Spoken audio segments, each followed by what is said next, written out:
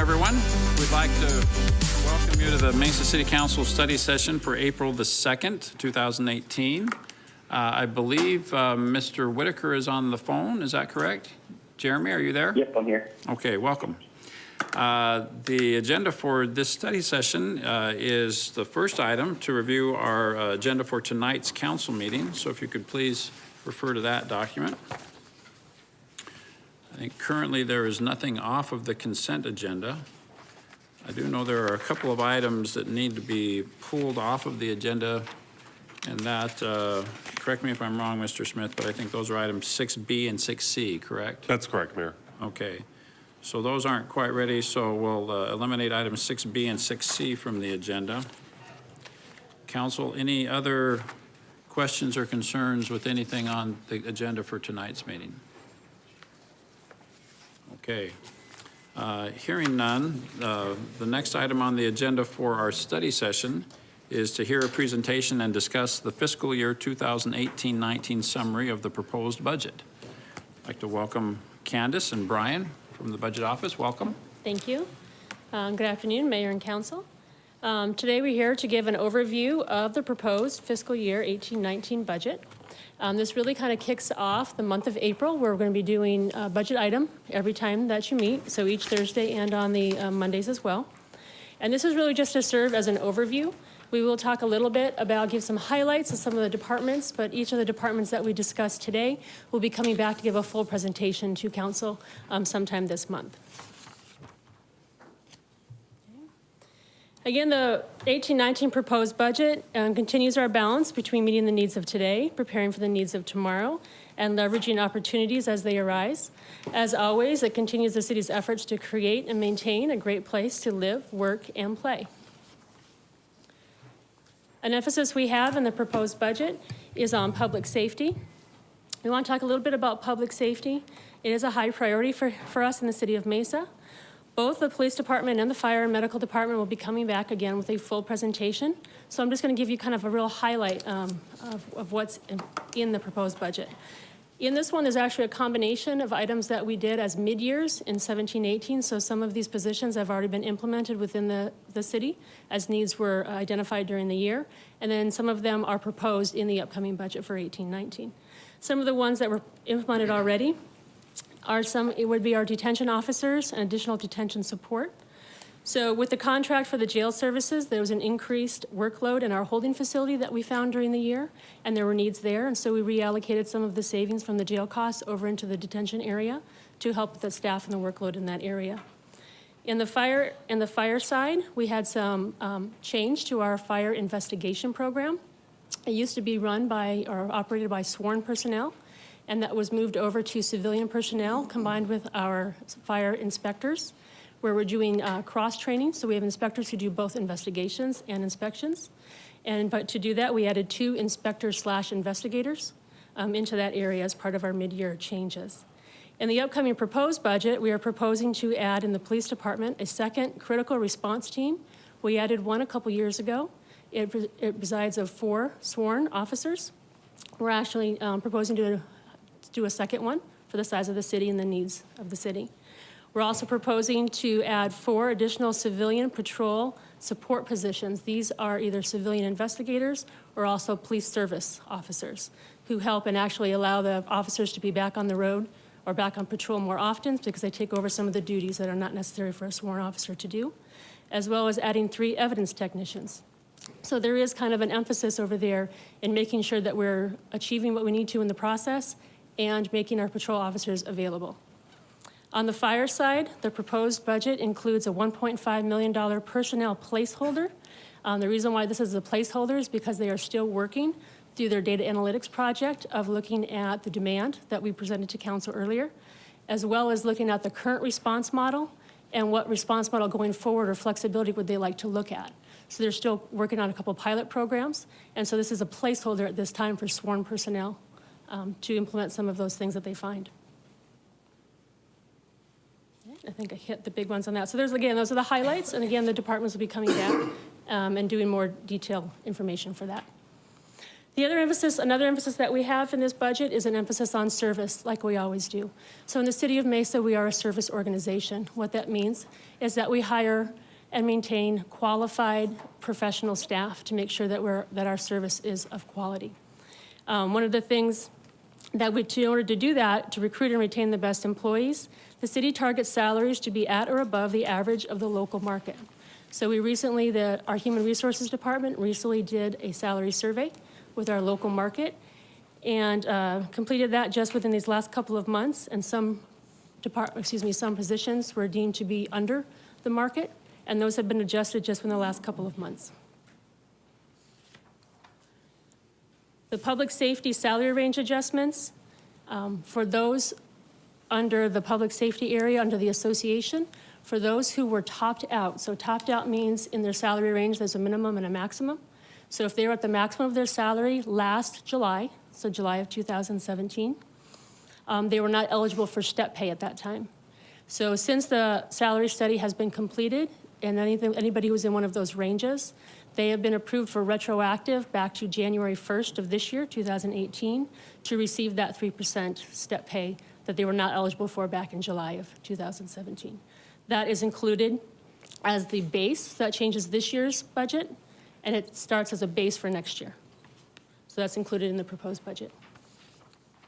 On the civilian side, employees who were impacted in those positions, if they are topped out or were topped out before the market adjustment, so at the maximum of their salary, if their job was impacted, then they are no longer topped out, and coming up in the July 2018, if step pay is approved, they would be eligible for step pay at that time, then they normally would not have been.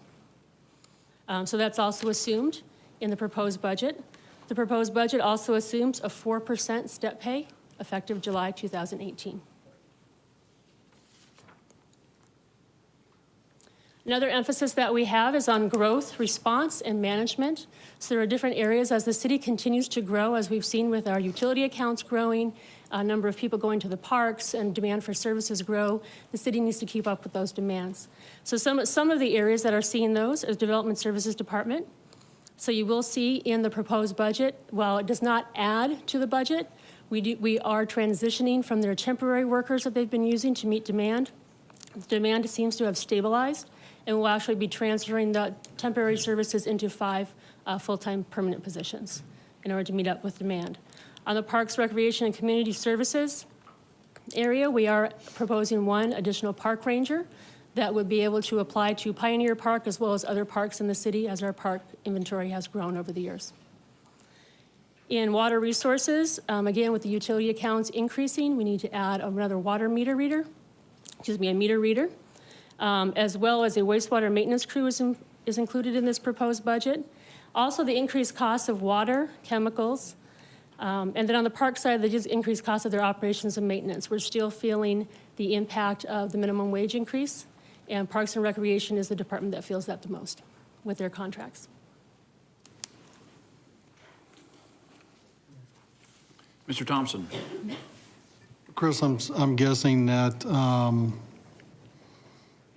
with our Parks and Rec operation and maintenance, are we tracking our cost of what it would take for a contractor versus doing that in-house? Because I know we do that from time to time. Yeah, Mark's pretty regular looking at that. Okay. And looking at, it's not just it is the labor cost, but it's also the equipment cost and replacing that on a regular basis and keeping up with that. So we try to maintain that. And so are we still doing okay then, contracting out? I think so, yeah. Okay. It's, even though, to your point, and as Candace just mentioned, that cost continues to rise, we still feel like that's a more competitive advantage. We'll continue to look at that regularly as those contracts come in. We can benchmark that against what it might have cost if we were to take that on. But it's a fully loaded cost. It's not just labor, it's equipment and everything else that goes with it.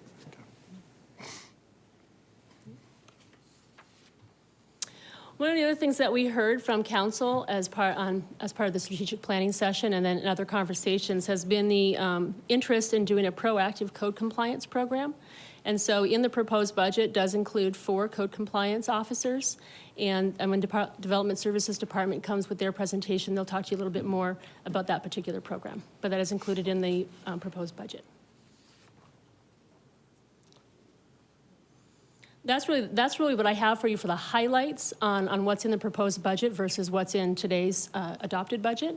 And then just kind of give you a reminder, this is the graph that we show each year. This is our current budget, our 17-18 general governmental expenses. So this is just the general fund and the quality of life fund together. And just to show where the expenses go here in the city of Mesa, again, we talked about being a service organization. And you can tell that by the fact that 73% of the general governmental expenses are personnel related. So those are personal services. That's not the temporary services or some seasonals, that types of things. So these are just, City of Mesa paychecks that go out. And the other emphasis you can see here is that 62% of all of the expenses in the general governmental area is related to public safety. And that does not include capital expenses. These would just be the operations expenses of the three departments. Excuse me, Candace. So you said that the 62% of the operation expense goes to public safety, but that excludes capital. Excludes capital. So in this particular one, in this particular graph, you can see in our transfers out section, there is a section called capital. So it's transferring out to capital, and that is just a lump sum of what's being purchased that year, so we don't have it divided. It isn't added into that public safety number. So for example, this year we are doing $3 million worth of police radios are included in our life cycle. Those are not budgeted in the police department's budget, and so is actually not showing up as part of that 62%. So I kind of traditionally. So it's a minimum of 62%. I thought a higher percentage of our budget. It is, went to Mayor. What public we need to do is we're using the word general governmental funds, Yeah. not general fund. So when we get ready to do the proposed budget, we'll bring you the general fund, and we'll put all that in here, and you can see that. And Closer to 70%. It'll get I'm closer to thinking. that, yeah. Okay. And again, this is this year's 17-18 budget. So going into next year, that would not include the detention officers, the crisis response team, the 1.5 million placeholder for fire. It wouldn't include anything that was on that slide, would not be in this number. So you're actually going to see that rise. Thank you.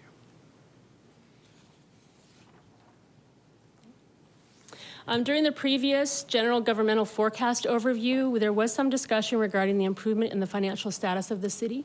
And so I do apologize that I did not include this graph in the forecast update, so I wanted to make sure that we covered it real quick. And this is really just a look at how we ended last year. So when we adopted our 17-18 fiscal year budget, this was the forecast that we were looking at. And if we use fiscal year 2021 for comparison purposes, you'll see that at that time last year, our reserve balance was estimated at about $45.5 million, and it would be about a 9.6% reserve ratio. So that's when we adopted our current budget. That's what our forecast was for 2021. So as we look at then what our new forecast was this year, when you compare these and look at 2021 again, because that's our comparison year, you'll see that we're at estimating $59.7 million and a 13.1% reserve balance. So that's an increase. When we say we've increased our stability from last year to this year, it's a $14.2 million increase if you're looking at that year as a comparison year.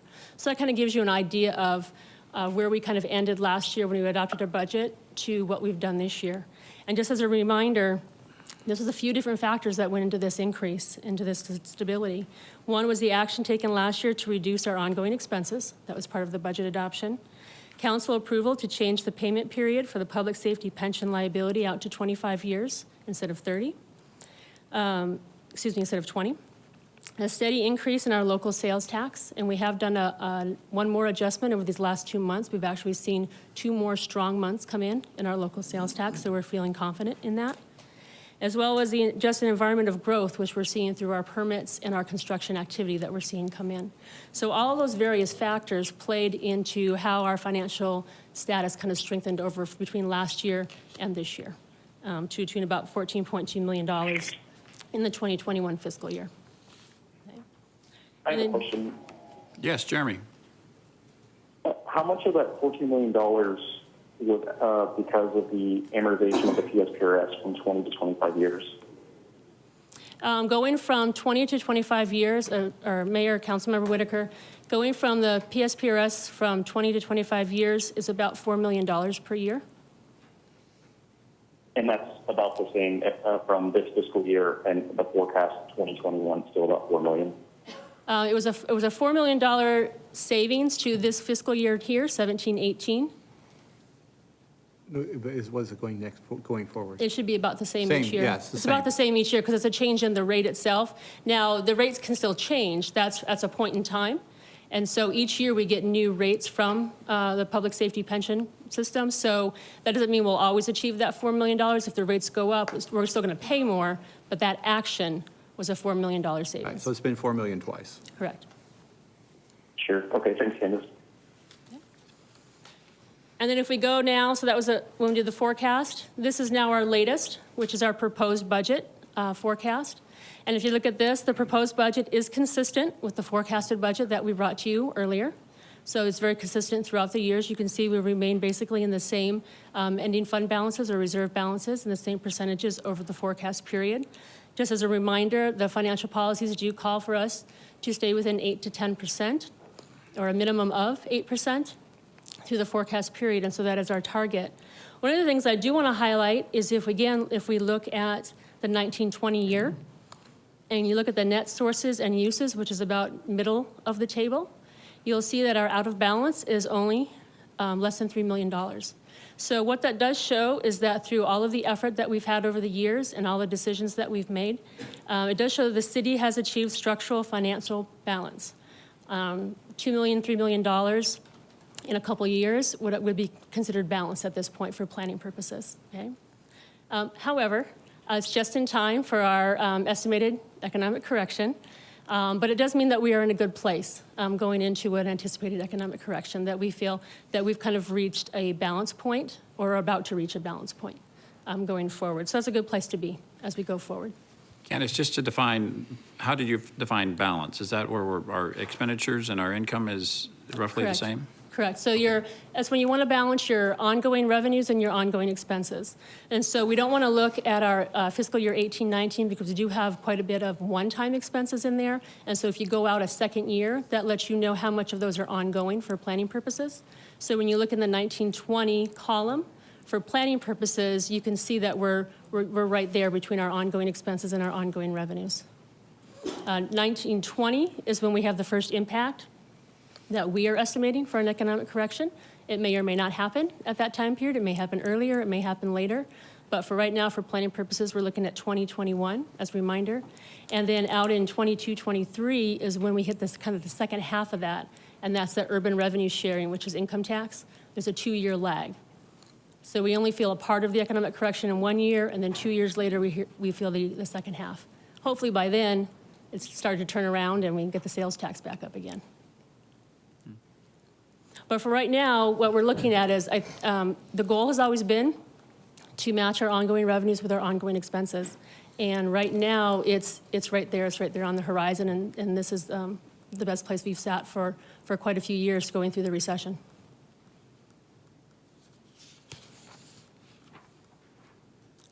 That's what I had with the exception of scheduling. Were there any questions before we kind of go over the calendar? So like I said, Yes, I do have a couple of questions I've been saving up for you. I know, well, looking at the calendar, I know our police and fire chiefs are coming in to make their presentations in the next couple of meetings, I believe. So my questions are geared really to the front part of your presentation dealing with public safety. So maybe these questions will be more appropriately directed to them. But I noticed with the increased detention officers, just out of curiosity, when the chiefs are here, I'm curious to know if that was spurred as a result of our shift from the Maricopa County facility to the core civic facility.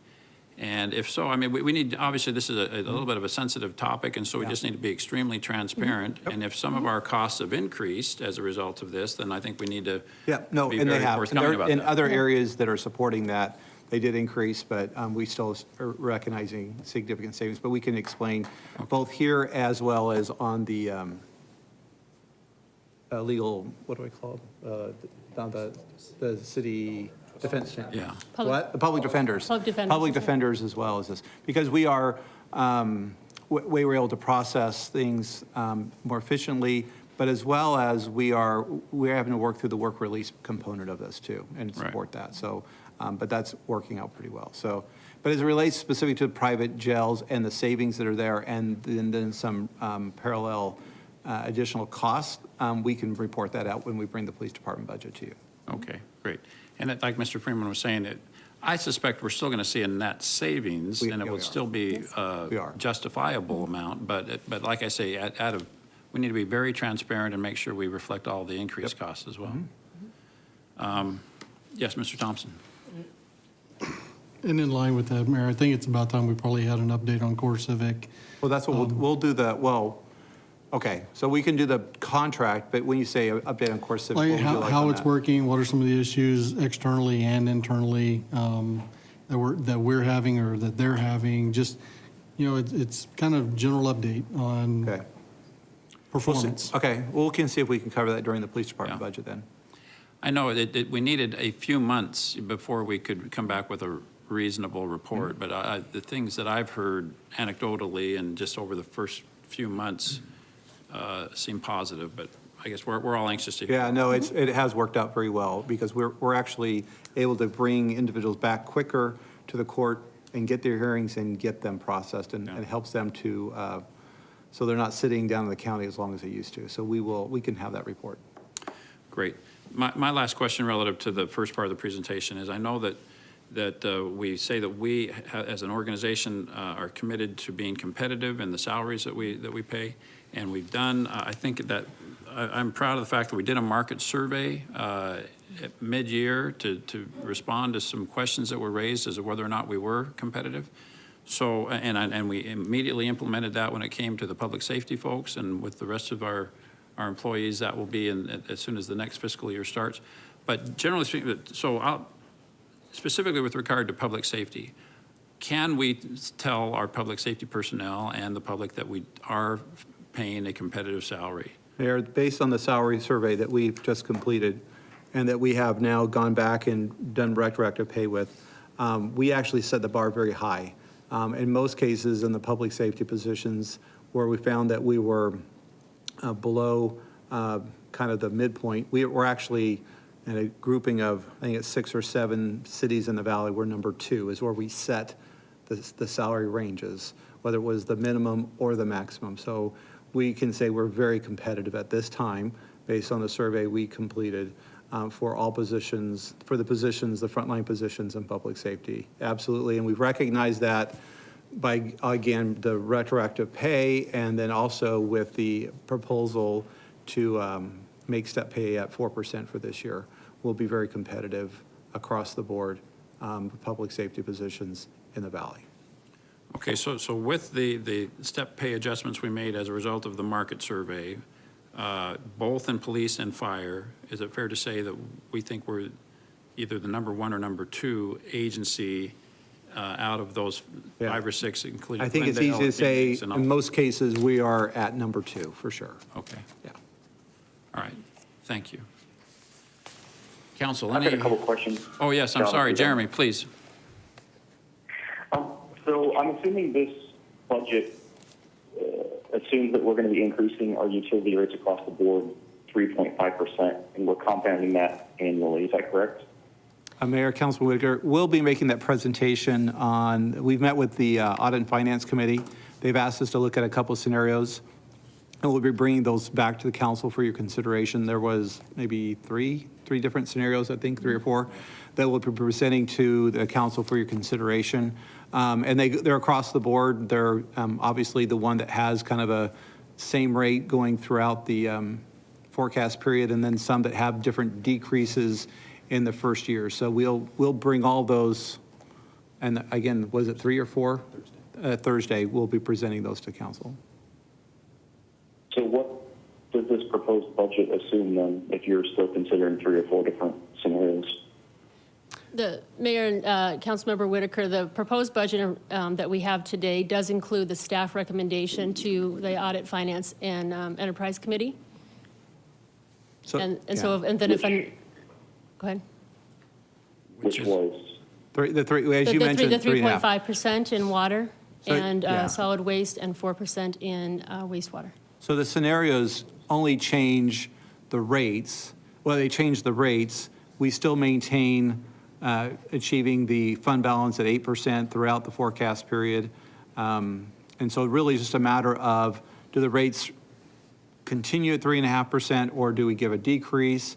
And then maybe we spread out the, the difference throughout the period. So there's kind of variations of, if you keep the rate the same, what it looks like, or if you change the rate this year, how does it impact rates into the future? And that's what we'll be showing to the council. Okay, so the staff recommended one that I saw in this proposed budget was the one that increases to 3.5% throughout the life of what you're predicting, the next 5 fiscal years. Is that correct? Right now, the forecast shows, that's what the forecast shows, assuming all our assumptions continue to be consistent. It's consistent with what we showed last year. I think the staff would also, there are some options that the council, the Audit Finance Committee looked at that we would be perfectly fine with. I think it's just kind of, the term of whether you want to have a decrease this year, maybe lessen the burden a little bit, and then maybe push the additional increases further off into the future, which may allow for future growth to subsequently, mitigate against those increases.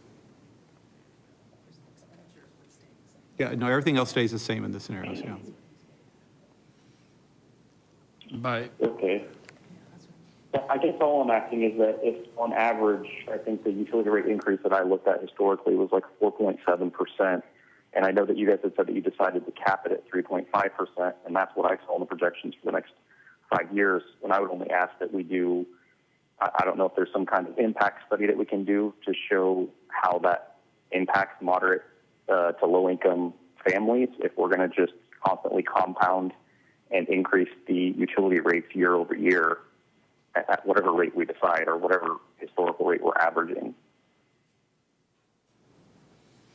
So when is that on our agenda? Thursday. This So Thursday. Mayor and Councilmember Whitaker, on Thursday, we'll be presenting the utility rate department with their department budgets, as well as utility rate recommendations, including some options.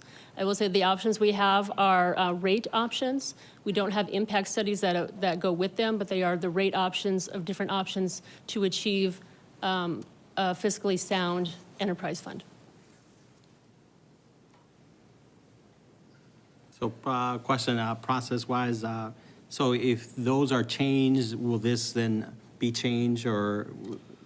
So the rates don't change what you've just seen. The presentation actually you just saw was mostly general fund and not the enterprise fund. So it doesn't affect anything you just saw.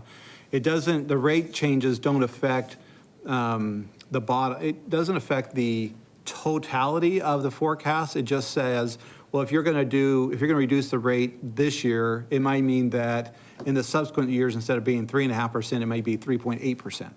Or if you, whatever we decide, I mean, it can be any multitude of purposes. We're maintaining everything else the same. We're making the adjustments in salary, the positions, as Candace talked about, the cost of water, the chemicals, all those are still built into the budget. They don't change. We just change the rate to make sure it stays consistent with our financial policies throughout.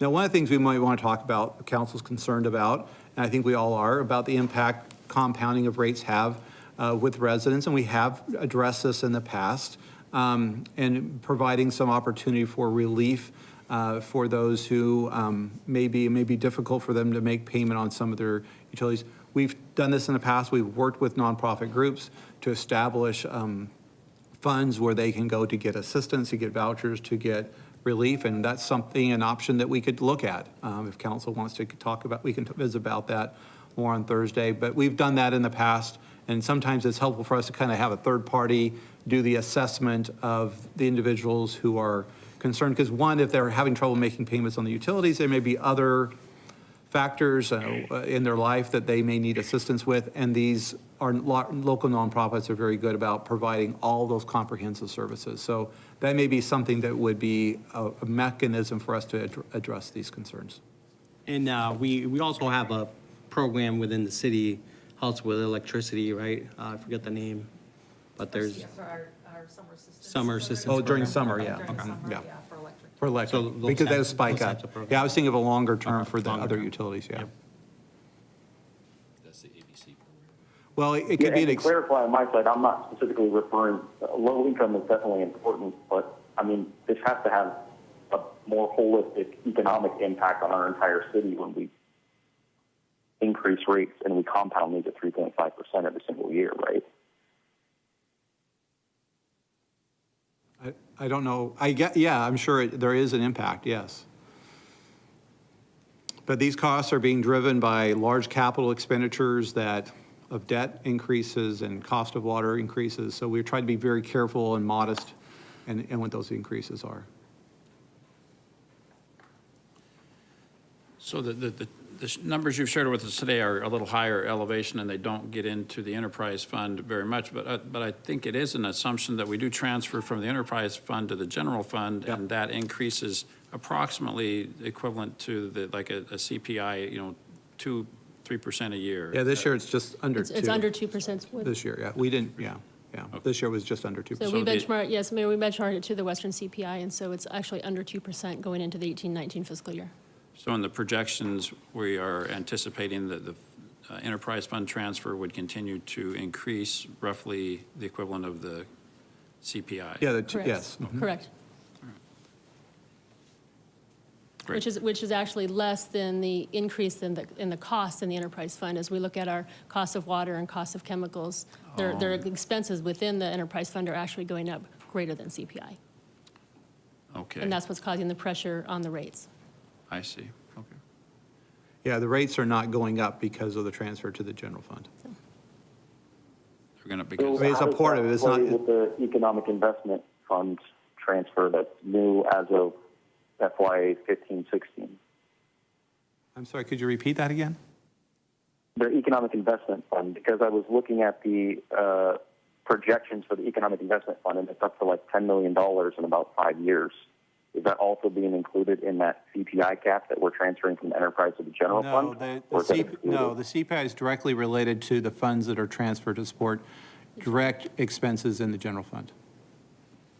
The economic investment fund is separate and outside of the enterprise fund.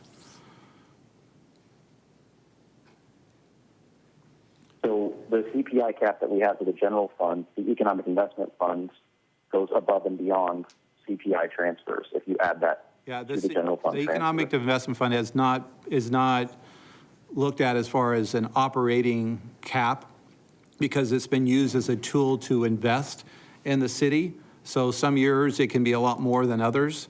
So it's really driven by the opportunity to invest in the city to grow the utilities across the city. So it's not related to this idea that there's a kind of a inflationary index associated with it because it can fluctuate. The mix of projects within it can vary from year to year. So there's going to be no cap on the economic investment fund, or that's just decided at will? Again, that's not been discussed. It's been driven more by council's priorities of projects that they wanted to fund that related to growing the utility and the opportunity to grow the economic opportunities in the city. Okay. And are we going to have a presentation on the economic investment fund, or what date is that scheduled for? We can do that. We can talk about what's inside there. Okay, great. thank you, council. Any more questions for this presentation? All right, thank you. We'll look more forward to additional presentations in the weeks to follow. The next item on our agenda for this meeting is item 3, to acknowledge receipt of minutes of the trust fund board and verifying receipt of the insurance licenses. Is there a motion to that effect? Thank you, Mr. Thompson, Mr. Glover. All in favor, please say aye. Aye. Aye. Any opposed? Thank you. Next is to hear reports on meetings and conferences attended. Council members, anything you'd like to share with us? Mr. Thompson. Just that we had Chris and I attended the ribbon cutting, or the groundbreaking, I Don't get should ahead of say. yourself. The groundbreaking for the new Queen Creek High School. It's going to be built out at East Mark. Right now, it's called Queen Creek High School number 2. So it has not been. They're working on it. Yeah, so they're working on the name, but right now it's Queen Creek High School number 2. So that's a welcome addition to our community. That could get kind of confusing when the two high schools play one another and Who's number one, who's number two? cheering. We're number one, we're number two. Oh, yeah, he's already got Wow, started. okay. Mr. Luna?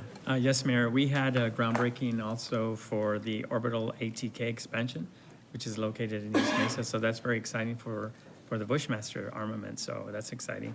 Also, I had an opportunity to sign a document at the Reimagine Salt River, and it was attended by many local leaders, hopefully imagining what the Salt River might look like in the future. So that was very exciting. I was glad to represent the city for that.